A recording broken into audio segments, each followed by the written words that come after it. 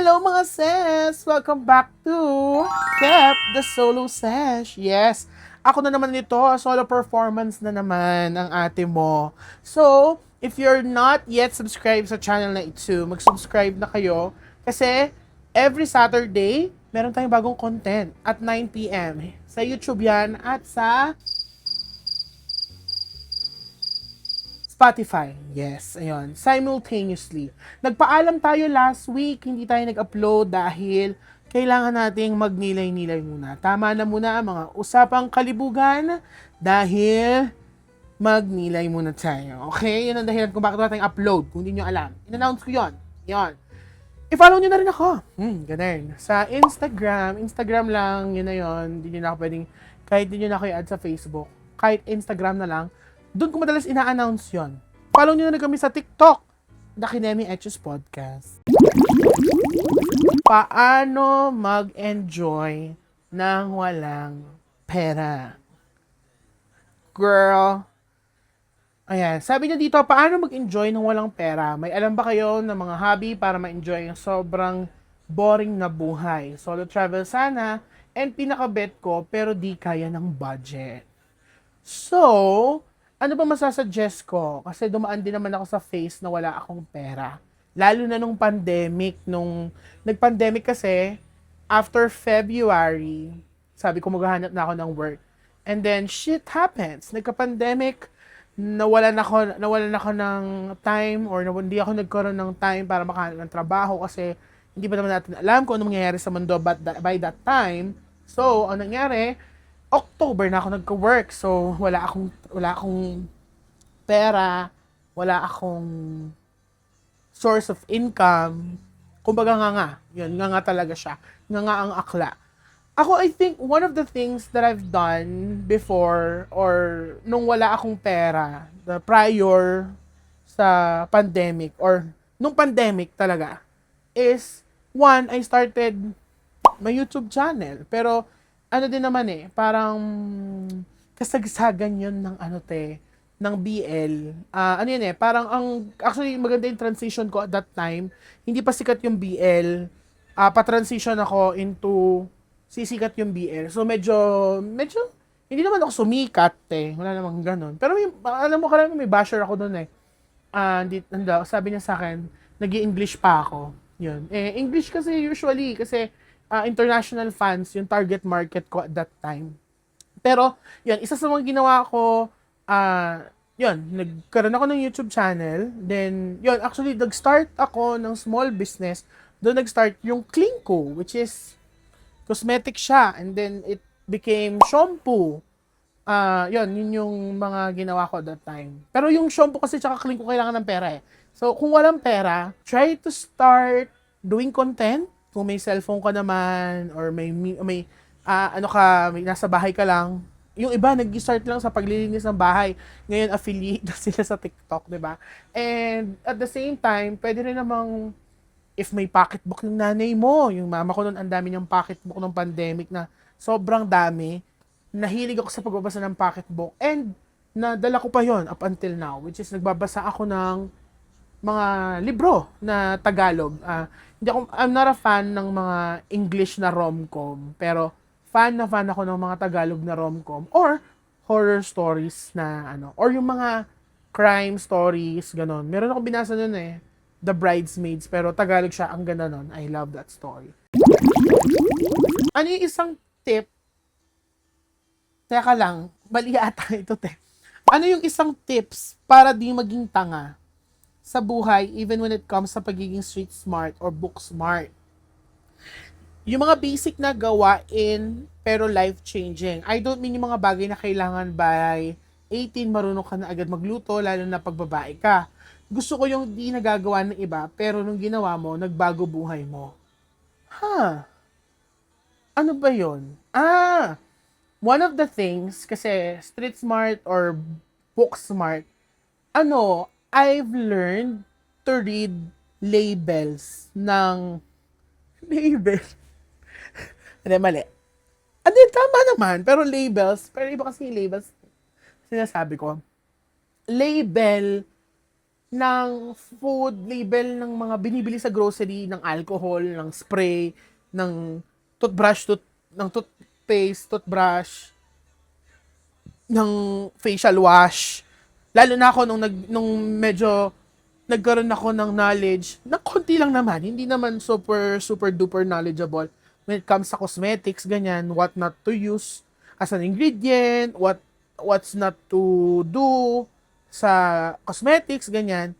Nakahiligan kong, yon I think isang bagay na pwedeng maggawa mo is magbasa ka ng, hindi ba magbasa? Alam mo yung meme na kapag nagbabanyo ka tapos wala yung phone mo, ang kukunin mo toothpaste para basahin yung ingredients, basahin yung definition, ganyan. Doon ko natutunan na here, hindi lang dito sa Pilipinas, sa America and all, maraming brands na under one umbrella siya ng isang company na hindi magugulat ka na yung may-ari pala nito, yung may-ari ng L'Oreal, if I'm not mistaken, sila yung may-ari ng YSL Beauty, ganun. Yan yung mga pag-anong factor. I think meron naman siyang I would not say na very huge na nagpabago ng buhay ko. But it become a habit na basahin yung label ng pagkain, ng sabon, na gagamitin mo, yung facial wash na gagamitin mo. Kumbaga, hindi man siya nagpabago ng buhay mo that much, pero nagkaroon ka ng consciousness on your mind na, itong ingredient na to, it could cause ganito, if you're using it too much, ganyan. Just learning things na, yes, it's not that important, hindi siya nakakapagpabago ng buhay mo, pero at least, alam mo, di ba? Okay, ano ang favorite anime nyo?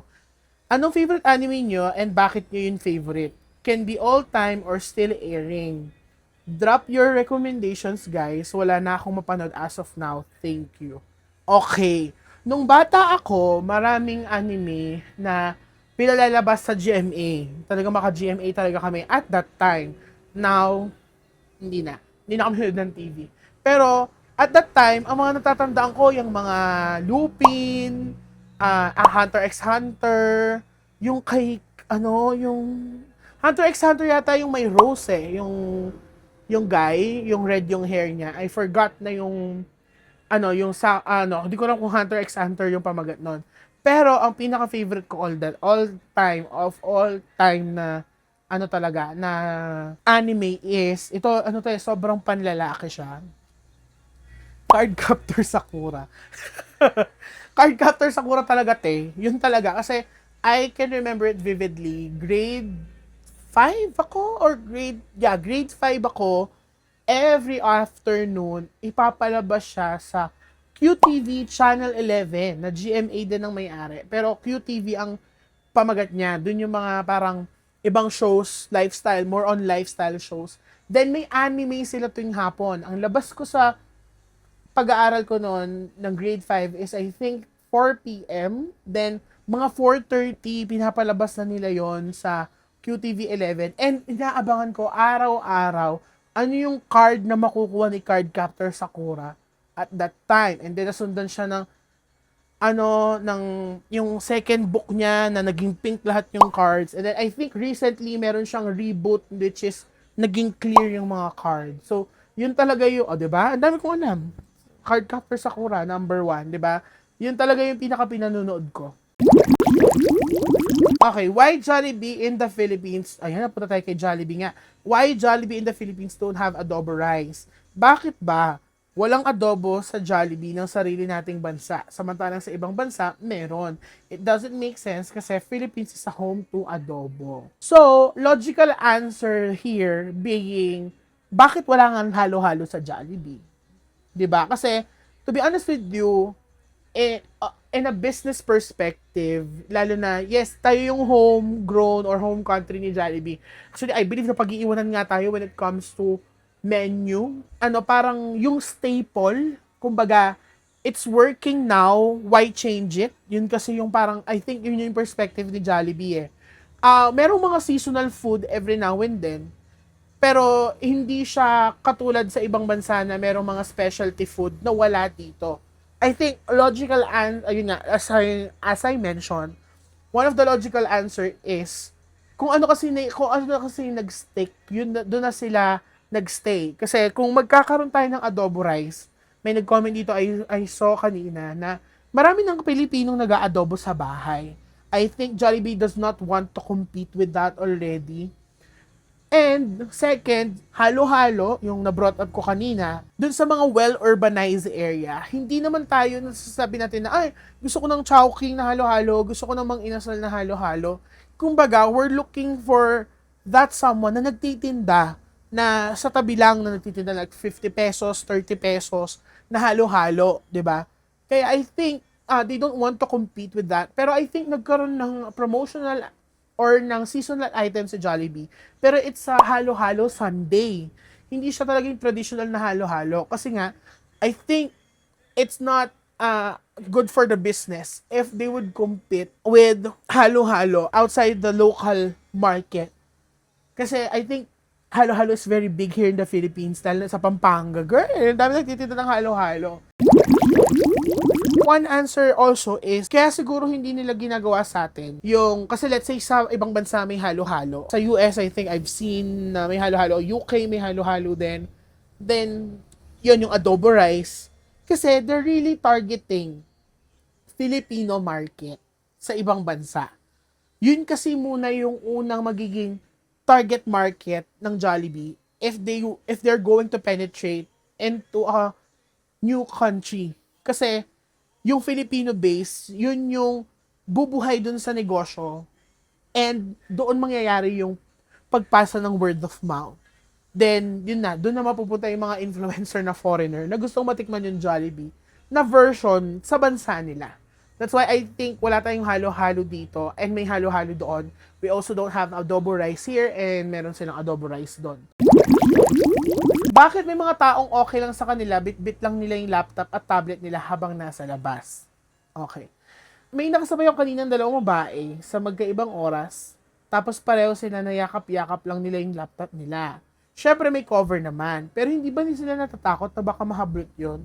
Why not just use a bigger bag? Okay, so actually ako, like katulad pagbabiyahe ako pa uwi galing ng Pampanga, actually parang okay naman na iwanan. But the thing is kasi, sa akin, in my perspective, ito kasi it has a lot of work na nandito that I can access although I'm in Pampanga. That's why I choose to bring it. So that's the one reason I'm bringing it outside. Second is, yung bag na ginagamit ko, ano naman siya, it's a shoulder bag na malaki na nalalagay ito.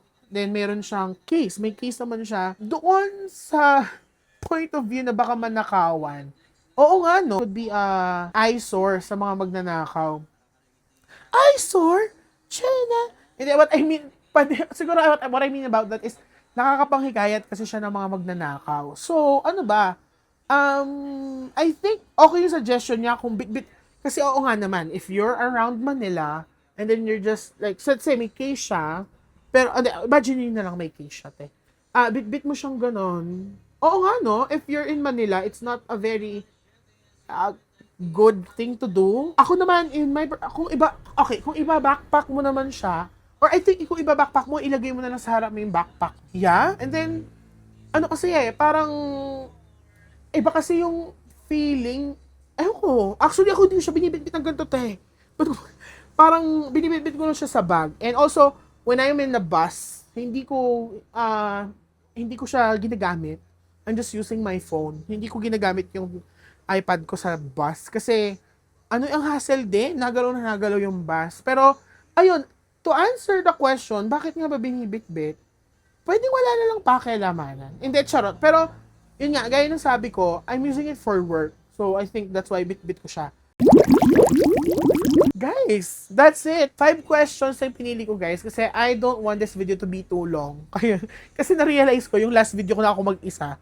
Girl, 37 minutes? Kate. Daming ebas. Pero ayun, thank you so much for watching or listening. If you're listening on Spotify, hello. If you're watching, hey there. I don't know kung naririnig nyo yung mga noise na, ewan ko kung ano mga noise man yung naririnig nyo. Pero I hope not. So, Again, thank you very much for watching or listening and getting in the end of this video or this podcast. Lagi niyong tatandaan na meron tayong content every Saturday, 9 p.m. here on YouTube or Spotify. And this is Clint. I don't fucking care. Hi, dream, believe, subscribe.